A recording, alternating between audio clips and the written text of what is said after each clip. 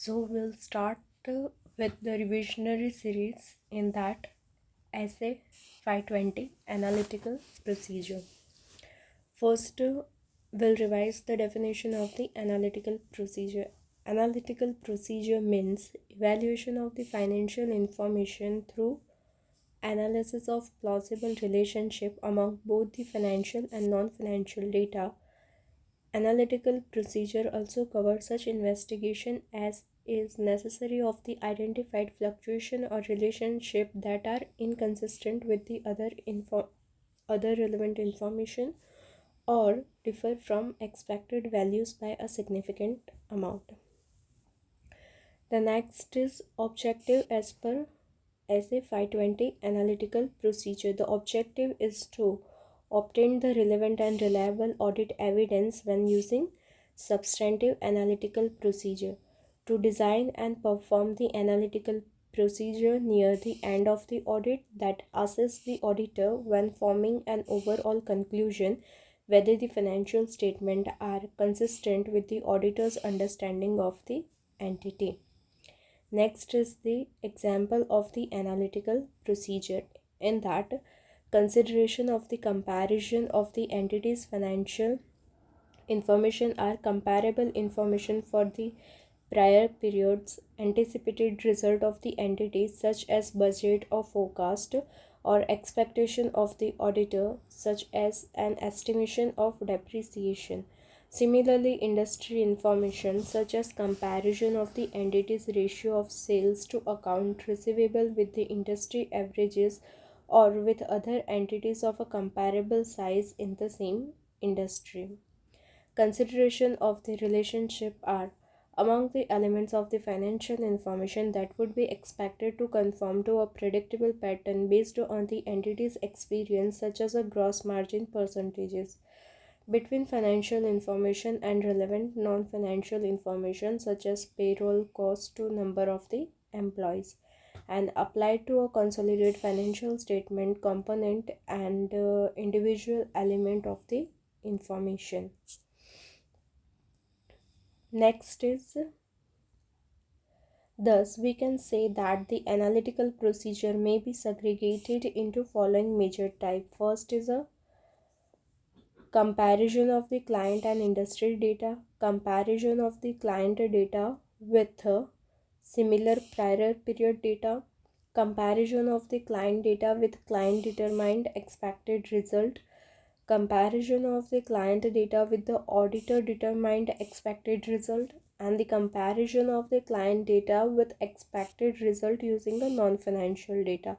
Thus, overall test can be extended for making inter-firm and intra-firm comparison of trading results.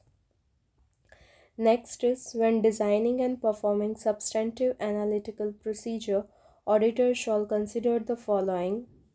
First is, determine the suitability of particular substantive analytical procedure for a given assertion that depends upon, influenced by the nature of the assertion, how effective it will be in detecting a misstatement, and different types of analytical procedure provide a different level of assurance.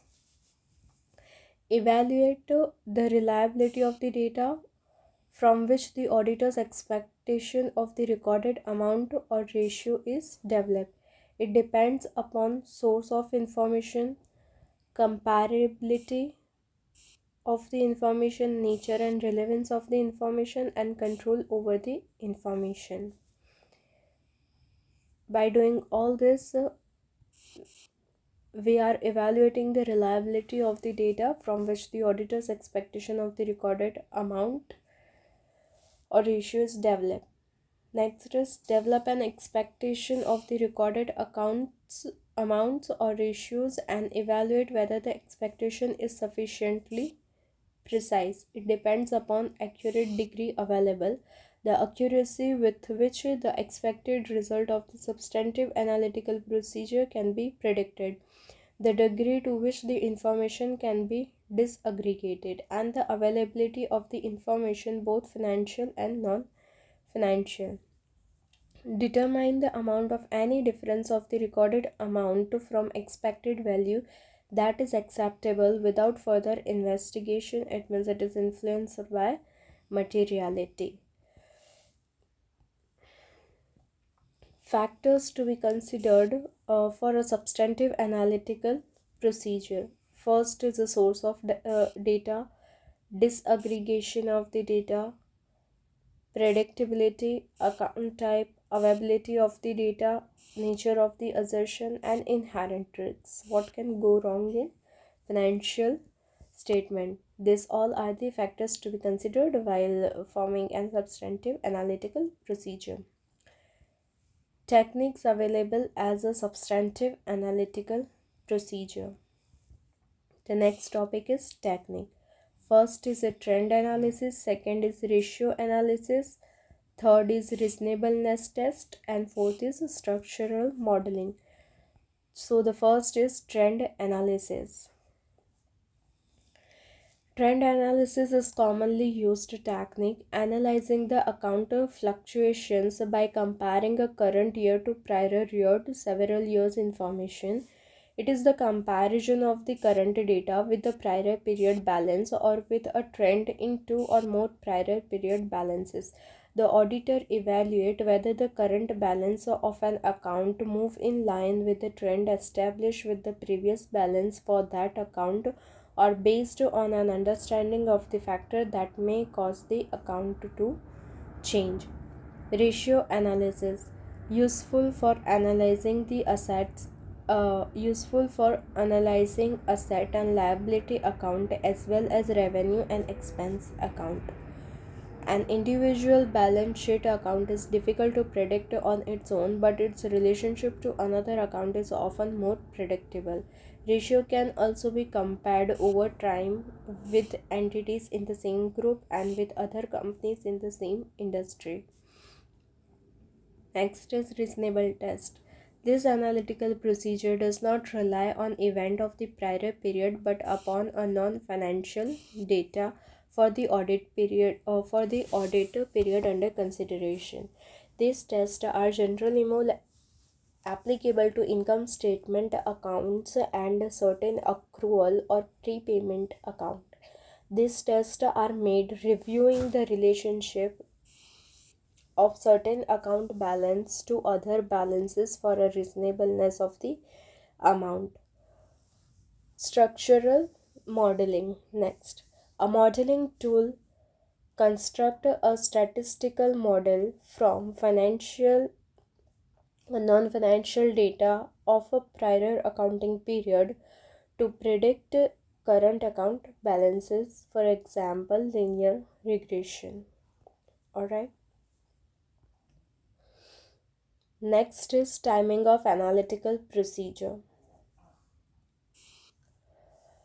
Experienced auditor use analytical procedure in all stage of the audit: planning phase, testing phase, and completion phase. Investigating the result of the substantive analytical procedure.